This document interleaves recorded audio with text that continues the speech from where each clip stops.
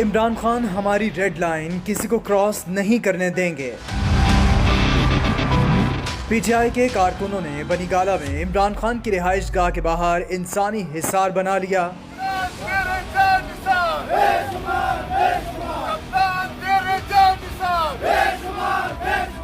तहरीक इंसाफ के रहनुमा वक्फे से आकर कारकुनों का जोश बढ़ा रहे हैं। अब पहुंचे, सिर्फ बताना चाहते, डरेंगे बिल्कुल नहीं, खड़े रहेंगे लीडर के साथ। मुराद सईद अपने बच्चों के हमरा बनीगाला में मौजूद हैं। उनके बच्चों ने भी इस अज़्म का इजहार किया है कि वो इमरान खान को गिरफ्तार नहीं होने देंगे। फैसल जावेद भी कारकुनों का खूब हौसला बढ़ाते नजर आए।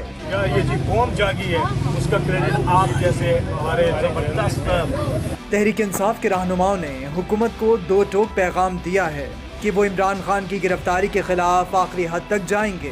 पहली जलील और रसवा होगी, धरती माँ का सौदा करके अपने आप को भेड़ बकरियों की तरह अपनी कीमतें लगा के क्या इज्जत नफ्स रह गई है इनकी।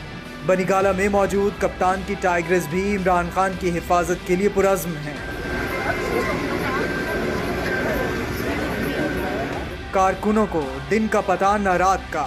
मर्दों के साथ खवातीन भी अपने कप्तान की सिक्योरिटी के लिए बनीगाला के बाहर मौजूद हैं।